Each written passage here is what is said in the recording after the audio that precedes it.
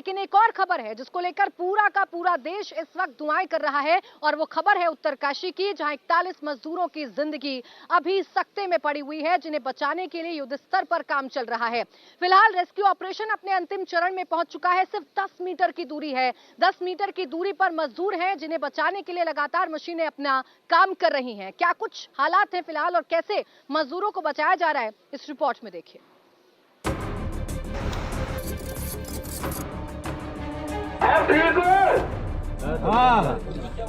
ठीक है। जिस पल का इंतजार था, आखिरकार वो घड़ी आ ही गई। उसको बोलो वॉकी टॉकी अगर पाइप के पास ला सकते हो तो। 41 जिंदगियों को बचाने की कोशिश आखिरी फेज में है, लेकिन अभी भी बाधा बेशुमार है। मजदूरों को बाहर निकालने में अभी भी 5 से 6 घंटे का समय लग सकता है। क्या बोल रहे थे? हाँ, गब्बर सिंह जी, मैं पुष्कर सिंह धामी बोल रहा हूँ।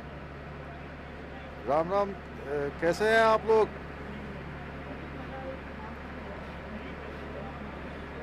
अच्छा, चलिए भाई, बहुत हम लोग बिल्कुल पास पहुँच गए हैं और बड़ी आप लोगों की हिम्मत है और बहुत ही आप लोगों के लिए सब लोग प्रार्थना कर रहे हैं यहाँ। और मजदूरों तक पहुंचने के लिए ऑगर मशीन से टनल की खुदाई तेजी से चल रही है। 800 mm की पाइप बिछाई जा रही है, लेकिन कभी भारी मलबा तो कभी मजबूत चट्टान तो कभी टनल को बनाने में इस्तेमाल लोहे का सरिया बाधा बनकर ऑगर मशीन के सामने आ जा रहे हैं, जिसके कारण रेस्क्यू ऑपरेशन में देरी हो रही है। रेस्क्यू ऑपरेशन के 11वें दिन सबसे बड़ी बाधा सामने उस समय आई जब मजदूरों के लिए बिछाई जा रही पाइप के सामने लोहे का सरिया आ गया। इसके बाद ऑगर मशीन ने काम करनी बंद कर दी।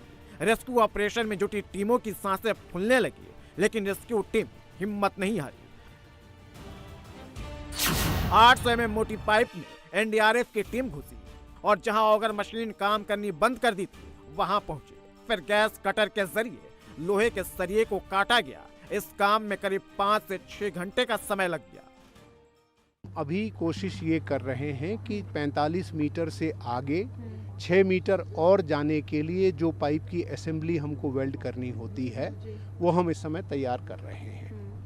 रात में हमें एक छोटी सी बाधा आई थी जिसमें 45 मीटर के मुंह पर कुछ लैटिस जो स्टील का स्ट्रक्चर है जो इसकी सेफ्टी के लिए बनाया जाता है आर्च में, वो सामने आ गया था। उसको उस वहाँ पर अंधेरे के ऑक्सीजन लेस एनवायरनमेंट में काटने में रात हमें 6 घंटे लगे, लेकिन मुझे खुशी है आपको बताते हुए कि वो सारे हिस्से को हम वहाँ से साफ कर चुके। जो वहाँ पर आकलन करने के लिए गए हैं उन सब का आइडिया ये है कि क्योंकि ये फाइलाइटिक रॉक स्ट्रक्चर है, बहुत हार्ड नहीं है, अनलेस कोई बहुत बड़ा लोहे का स्ट्रक्चर या कोई पत्थर ऐसा सामने आए, हमें ऐसा अंदाजा अभी नहीं है कि हमें कोई बाधा बड़ी आएगी। ये मॉक ड्रिल की तस्वीरें हैं। ऑक्सीजन मास्क लगाए रेस्क्यू टीम रस्सी के सहारे पाइप के अंदर घुसी हुई है। मजदूरों को कैसे बाहर निकाला जाएगा, इसकी तैयारी चल रही है। कुछ इस तरह से ही रेस्क्यू टीम पाइप के जरिए लोहे के सरिये के उस बाधा तक पहुंची और फिर गैस कटर से उसे काटा गया। इसके बाद फिर से अमेरिकन ऑगर मशीन ने पाइप को बिछाने का काम शुरू किया।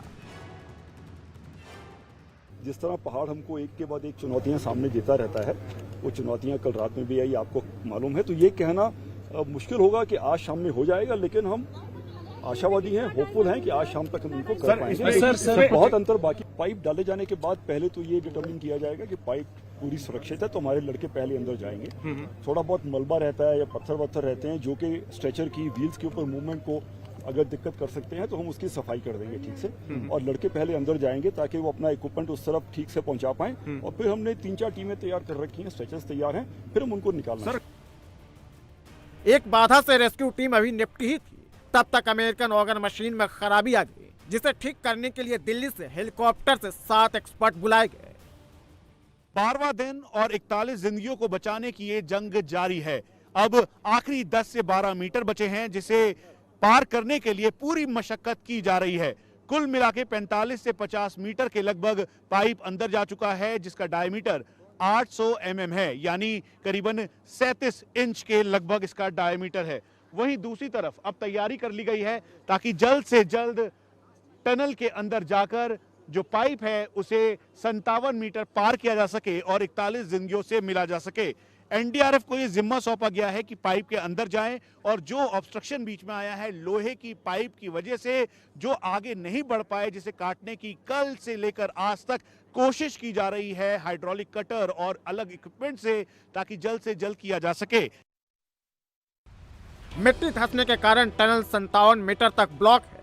टनल के अंदर 48 मीटर तक पाइप को बिछाया जा चुका है। टनल में फंसे मजदूरों से रेस्क्यू टीम करीब 10 मीटर दूर है। टनल के अंदर अभी भी 2 और पाइप डाले जाएंगे। 10 से 15 घंटे का सिंपल अनुमान है कि मैं 4 घंटे लगाता हूँ 6 मीटर की एक पाइप पुश करने में, तो मुझे अगर 18 मीटर पुश करना है 12 घंटे, थोड़ा और इधर उधर और कुछ काम करने की कभी ज़रूरत पड़ जाती है, 3 घंटे इसलिए ऐड कर दिए। 41 मजदूरों के बाहर निकलने का इंतजार लंबा इसलिए होते जा रहा है क्योंकि ऑगर मशीन के सामने भारी चट्टान और फिर लोहे का सरिया आने के कारण वो काम करना बंद कर दे रही। टनल के अंदर 48 मीटर तक रास्ता तैयार हो चुका है, अब पाइप को जोड़ा जा रहा है। वो अब अंतिम चरण में है, कुछ बाधाएं आ रही हैं।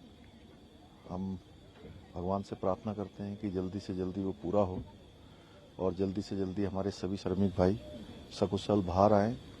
यहाँ पर उनके बाहर निकलने के लिए सारे इंतजाम किए गए हैं। एम्बुलेंस तैयार है, अस्पताल भी पूरी तरह से उनके इलाज के लिए और जो भी चेकअप वगैरह होने हैं वो सब हम लोग कर रहे हैं। उनके परिजनों से भी लगातार हमारे प्रशासन के लोग, स्थानीय लोग, सभी लोग उनका मनोबल बढ़ा रहे हैं और हमारा प्रयास है और सारे विशेषज्ञ इसमें लगे हुए हैं, पूरे मनोयोग से काम कर रहे हैं, पूरी मेहनत से कर रहे हैं। रात दिन रेस्क्यू चल रहा है। माननीय प्रधानमंत्री जी प्रत्येक दिन इसका अपडेट लेते हैं, पूरी जानकारी लेते हैं। 12 नवंबर को सुबह में करीब 9:30 बजे यह हादसा हुआ। 13 नवंबर को हेवी एक्सकेवेटर मशीन से मलबा हटाने की कोशिश की गई, लेकिन मिट्टी धंसने के कारण रोक दिया गया। 14 नवंबर को पाइप के जरिए मजदूरों तक खाना, पानी और ऑक्सीजन पहुंचाया गया। 15 नवंबर को ड्रिलिंग की काम शुरू हुई, लेकिन पुरानी ऑगर मशीन खराब हो गई। 15 नवंबर को हरक्यूलिस विमान के जरिए ऑगर मशीन के पार्ट्स मंगाए गए। 800 mm की मोटी पाइप भी मंगाई गई। 16 नवंबर को केंद्रीय मंत्री वीके सिंह मौके पर पहुंचे और रेस्क्यू ऑपरेशन का जायजा लिया। 17 नवंबर को अमेरिकन ऑगर मशीन से ड्रिलिंग का काम शुरू हुआ। 18 नवंबर को टनल के अंदर ऑगर मशीन के सामने भारी मलबा आने के कारण कुछ घंटे के लिए रेस्क्यू को रोक दिया गया। 19 नवंबर को फिर से ड्रिलिंग का काम शुरू हुआ और टनल के ऊपर से भी ड्रिलिंग की रणनीति बनाई गई। 20 नवंबर को विदेशी एक्सपर्ट सिलक्यारा पहुंचे। 21 नवंबर को टनल में कैमरा भेजा गया और मजदूरों ने एक एक कर अपनी पहचान कराई। 22 नवंबर की रात को ऑगर मशीन के सामने लोहे का सरिया आने के कारण फिर से काम को रोकना पड़ा और अब 23 नवंबर यानी आज रेस्क्यू टीम कभी भी मजदूरों तक पहुंच सकती है। एक अहम बात यह है कि करीबन 3 पाइप्स हैं जो कि 32 से 36 इंचेस की है, जिसे 800 मिलीमीटर डायमीटर वाली पाइप कहा जाता है और उसी को इंसर्ट करने के लिए काम किया जा रहा है। अमेरिकन ऑगर मशीन अब शुरू हो चुकी है, यानी अपना कटिंग एज के टेक्नोलॉजी के साथ कट करना उन्होंने शुरू कर दिया है। परिवार के लोग इस समय टनल के बाहर हैं। गब्बर सिंह नेगी के भाई हैं। अब आपने सुना डीजी एनडीआरएफ ने क्या कहा, जनरल वीके सिंह अंदर खुद गए, यहाँ तक कि जो मुख्यमंत्री हैं उन्होंने खुद बात की। हाँ, मैंने अभी बीके सिंह साहब से और मुख्यमंत्री से बात किया था टनल के बाहर, तो उन्होंने कहा कि हमने गब्बर सिंह नेगी से बात किया है और वो बड़े उसका हौसला अफजाई किया है, लेकिन मैंने कहा कि कितना टाइम लगेगा तो इस विषय में कोई जवाब नहीं दिए। तो हमने कहा कि भाई हम बाहर जो है बड़े धैर्य से जो है और सबका संकल्प लिए हुए यहाँ खड़े हैं। तो उन्होंने कहा कि हाँ, इस पे जो है हम कर रहे हैं और समय का उन्होंने मुझे नहीं बताया। लेकिन एक्सपर्ट की माने तो मजदूरों को तुरंत बाहर नहीं निकाला जाएगा। ड्रिलिंग कंप्लीट होने पर एनडीआरएफ की 15 सदस्यीय team oxygen cylinder, gas cutter के साथ 800 mm की पाइप में अंदर जाएगी। अंदर फंसे लोगों को बाहर के हालात और मौसम के बारे में बताया जाएगा। मजदूरों की सेहत और मानसिक हालत की जांच की जाएगी। मजदूरों को टनल के अंदर से पाइप के जरिए रेंग कर बाहर नहीं निकाला जाएगा। एनडीआरएफ की टीम उन्हें पाइपलाइन में स्केट्स लगी टेम्परेरी ट्रॉली के जरिए बाहर खींच कर निकालेगी, ताकि 800 mm की पाइप में कोई मजदूर बेहोश न हो या फिर फंसे न। इसके बाद 41 मजदूरों को एम्बुलेंस के जरिए चिलियानी सौर सामुदायिक स्वास्थ्य केंद्र ले जाया जाएगा। चिल्यानी सौर पहुंचने में करीब 1 घंटा लगेगा, जिसके लिए ग्रीन कॉरिडोर बनाया गया है। जरूरत पड़ी तो मजदूरों को एयरलिफ्ट कर ऋषिकेश एम्स ले जाया जाएगा। 12 दिनों से सुरंग में फंसे मजदूर कहीं डिप्रेशन के शिकार न हो गए हो, इससे उन्हें बाहर निकालने के लिए सभी मजदूरों की एक एक करके काउंसलिंग भी की जाएगी।